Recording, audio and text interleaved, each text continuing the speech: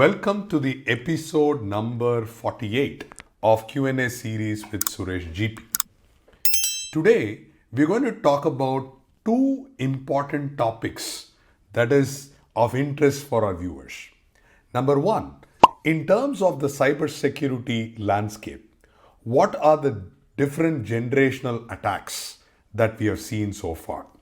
So, if I call this as generational 5 attacks, from the time that we have begun our journey in IT in 1980s, the cybersecurity threat landscape is continually evolving, and these advancements present a new generation of cyber threats. As of today, we have experienced 5 generations of cyber threats and solutions designed to mitigate. In generation 1, which we termed as virus attacks against standalone computers inspired the creation of a first antivirus solutions. In generation 2, we had network attack. As cyber attacks began to come over the internet, the firewall was developed to identify and block them. In generation 3, we had application attack. Exploitation of vulnerabilities within the applications caused mass adoption of intrusion prevention systems, which is IPS. In generation 4 of attacks, we had payload.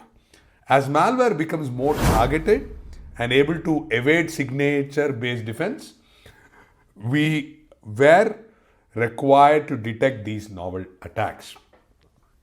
Today, we are in generational 5 attacks, and it is called the mega attack. The latest generation of cyber threats uses large-scale multi-vector attacks, making advanced threat prevention solutions a priority. I hope that this question of generational 5 attacks is very clear. Now let's move on to the second question of why do we need to have a consolidated cybersecurity architecture. Today, as the threat landscape evolves, there are sophisticated attacks that are happening. Modern cyber attacks can no longer be detected with the legacy approaches. So we need to have in-depth visibility and investigation throughout the value chain so that we understand the different threats and also sophisticated threat actors. Number 2, complex environments. The modern corporate network sprawls over on-prem network to multiple cloud environments.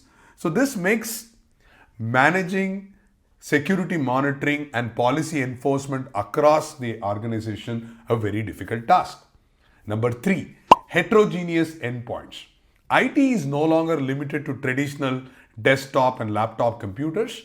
Technological evolution such as bring your own devices makes it necessary that you need to secure a wide range of devices, some of which the company does not even own. Rise of remote work. All we have seen is as part of COVID-19, we have seen the rise of response to people working remotely. Now, when you look at hybrid work models, these have much more complications in terms of proxy connections, the way we can manage different devices, and also in an approach to mitigate these threats on runtime.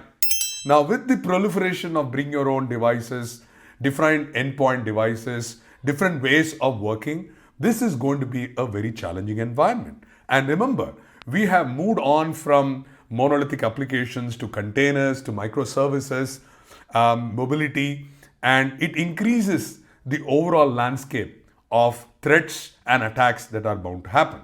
So if you are an organization going on a journey of looking at the entire cyber threat landscape, I would advise you to consolidate your cybersecurity architecture, because it's not just looking at a point solutions anymore, because with the proliferation of devices and threats and attacks, there's no one single way to make that happen.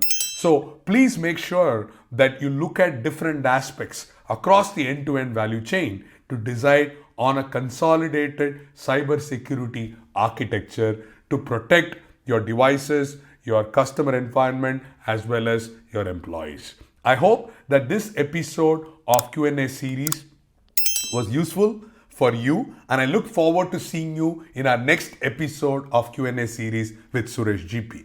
Keep watching and post your questions for what you would like me to answer in the future episodes. Thank you very much.